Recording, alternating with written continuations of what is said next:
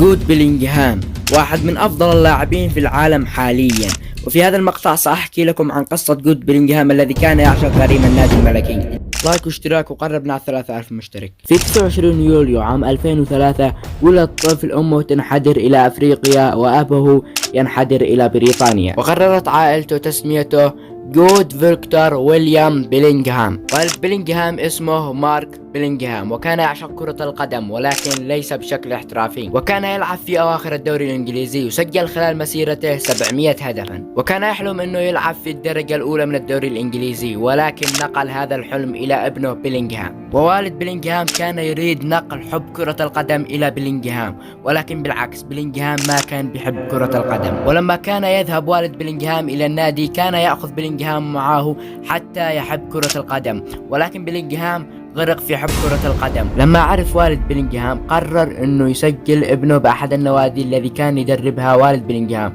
وسجله باحد الاكاديمية اسمها سانتوس جونيور. وبيلينغهام لما لعب في هذه الاكاديمية قدم مستويات خارقة. والد بيلينغهام كان يعرف ان الكشافين سيأتون الى الاكاديميات الصغرى، فقال بيلينغهام عندما يأتون الكشافين كن قريبا منهم وقدم أفضل مستويات. وفعلا في يوم من الأيام كشافون برمنغهام اصطادوا بيلينغهام في عام 2010 وقد كان عمره 7 سنوات.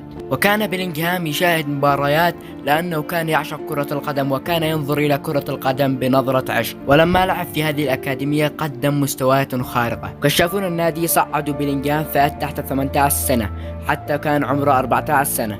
وبيلينغهام قدم العجائب مع هذا النادي حتى أنه أجبر الكشافين لتصعيده تحت 23 سنة وكان عمره 15 سنة.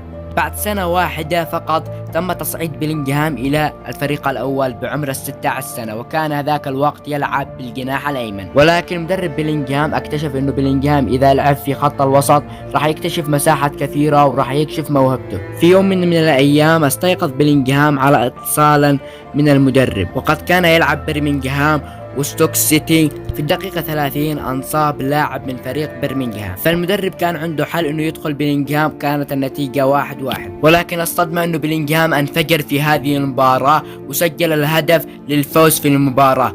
وبدأ اسم بيلينغهام ينتشر في انجلترا، وبدأ بيلينغهام بنشر سحره والحلال. وفي نهاية الموسم انهالت العروض على بيلينغهام، وكان مانشستر يونايتد يريد التعاقد مع بيلينغهام، ولكن والد بيلينغهام رفض هذا الاشي. قدم بروسيا دورتموند عرض لبيلينغهام ب 25 مليون يورو، وكان ذاك الوقت والد بيلينغهام وافق على هذا الاشي، فقدم بيلينغهام العجائب مع بروسيا دورتموند، مما ادى الى كبار الانديه في اوروبا لاصطياد بيلينغهام. وكان من احد هذه الانديه مانشستر سيتي وليفربول، ولكن اصطاد هذه الصفقه بيريز رئيس نادي ريال مدريد بقيمه 103 مليون يورو. وما زال بيلينغهام يتألق مع ريال مدريد، قاد ريال مدريد لصدارة الدوري والتأهل إلى دوري أبطال أوروبا. وهذا كان مقطعنا اليوم، أتمنى أن ينال إعجابكم. لايك واشتراك وقربنا على 3000 مشترك، واذكروا الله وصلوا على النبي.